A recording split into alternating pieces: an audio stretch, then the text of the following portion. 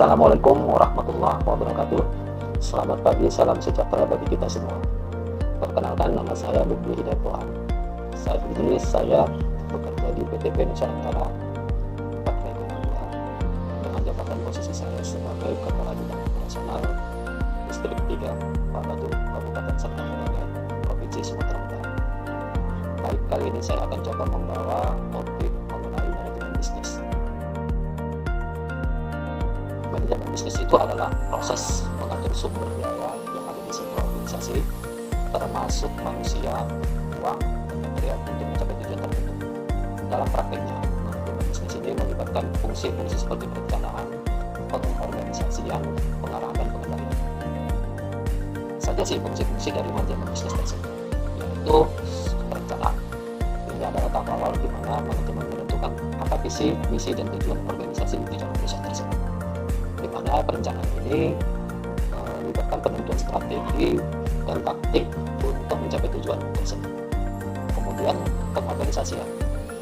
Setelah perencanaan, masuk di dalam organisasi ini yang bertugas untuk mengatur sumber daya yang ada.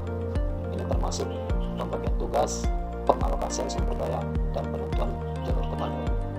Pengorganisasian memastikan bahwa setiap bagian organisasi bekerja sesuai dengan rencana dan berdasarkan dalam jadwal kerja. Kemudian pengarahan. Hal ini bertindak sebagai pemimpin yang mengarahkan karyawan, melibatkan motivasi, komunikasi, dan kepemimpinan untuk mendorong tim dalam mencapai tujuan organisasi. Kemudian yang keempat itu pengendalian. Ini memastikan bahwa semua aktivitas berjalan sesuai dengan rencana. Dengan melalui pengendalian, manajemen bisnis melakukan monitoring dan evaluasi terhadap kinerja, mengidentifikasi penyimpangan, dan mengambil tindakan yang korektif.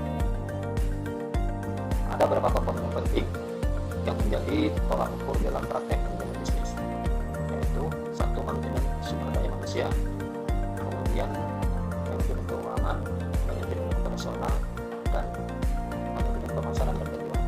Kemudian manajemen strategis, kemudian teknologi informasi. Hal ini semuanya termasuk di dalam manajemen bisnis. Di samping hal itu, pada manajemen bisnis itu perlu adanya perencanaan, yaitu menentukan target dan tujuan bisnis, membuat strategi untuk meraih target atau tujuan bisnis, kemudian menentukan kebutuhan akan sumber daya, dan menetapkan standar kerja untuk meraih target atau tujuan bisnis. Di samping itu, pengaruh lingkungan eksternal dalam bisnis juga sangat mempengaruhi dalam organisasi.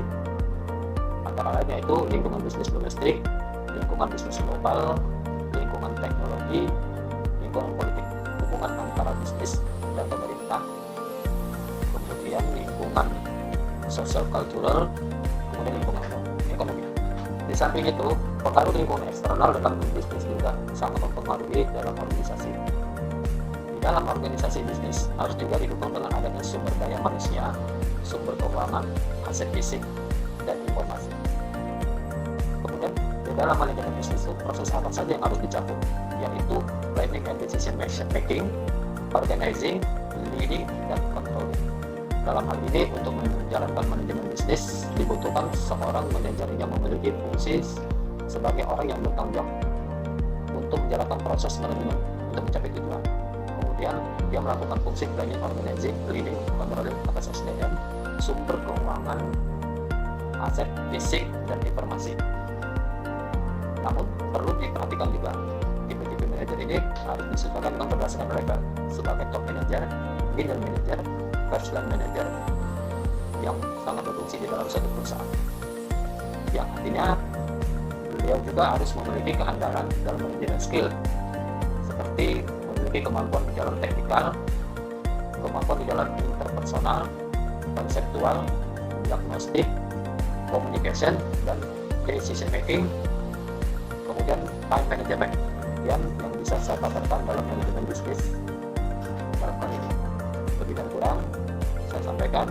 Wabillahi taufiq wal hidayah. Assalamualaikum warahmatullahi wabarakatuh.